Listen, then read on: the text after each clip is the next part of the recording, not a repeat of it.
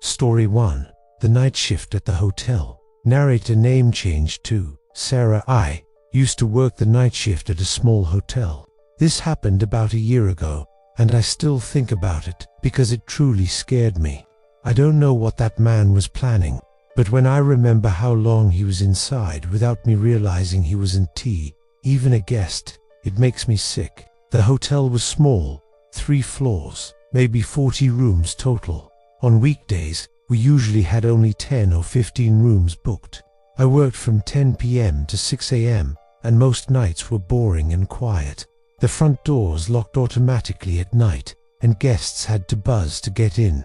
One night, around 11 p.m., a man buzzed. I let him in. He looked mid-40s, tall, wearing jeans, a baseball cap, and carrying a backpack. He asked for a room. I gave him the price. He handed me a card. I swiped it, heard the beep, and gave him a key for room 214. But then he stared at me just a little too long before leaving. His expression was blank, his eyes fixed on me for several seconds before he walked away. At midnight, he came back. He didn't speak, didn't ask for anything. He just sat on the couch in the lobby, staring at the blank TV screen. Half an hour later, he was still there. No phone, no book, not even dozing off, just staring. When I checked the system, room 214 showed vacant. No payment, no check-in log, no key entry. That's when I realized he never went to the room. I looked at him, still there, still staring. Later, I saw him standing in the dark hallway near the bathrooms, just watching. He wandered near the stairwell, the vending machines, the corners of the lobby where the lights didn't reach, always staring.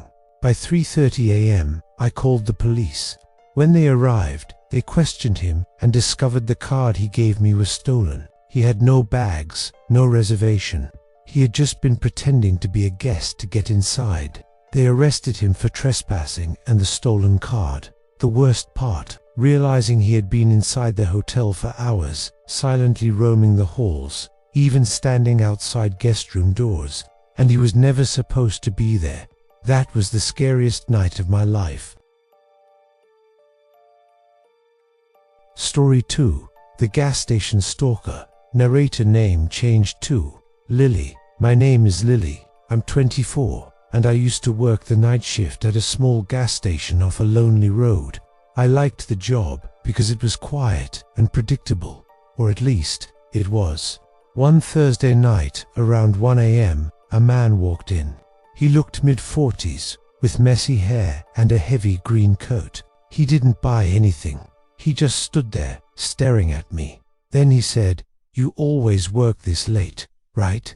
I smiled politely, trying not to show how unsettled I felt. Then he said my name, even though I wasn't wearing a name tag. That's when I froze. He explained he had seen my handwriting on the store's whiteboard. He started pointing out tiny details, like how I dot my I's with slashes instead of circles. From that night, he began showing up more often. Sometimes he came inside and lingered. Sometimes he just sat in his car outside with the headlights off, watching. One night, I found a Polaroid photo on the counter.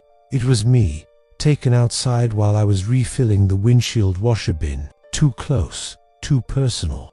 Later, when police searched his car, they found a notebook filled with my schedule, notes about my clothes, my habits, even pages with my name written over and over again until it blurred into scribbles. A restraining order was issued, and I was transferred to another station 2 hours away. But even now, when I drive home and see headlights following me for too long, I feel that same chill down my spine. Story 3. The Suspicious Car. Narrator name changed to Mona. Co-workers, Max and Ben. I'm Mona, 22 years old, and I worked the overnight shift at a 24-hour gas station.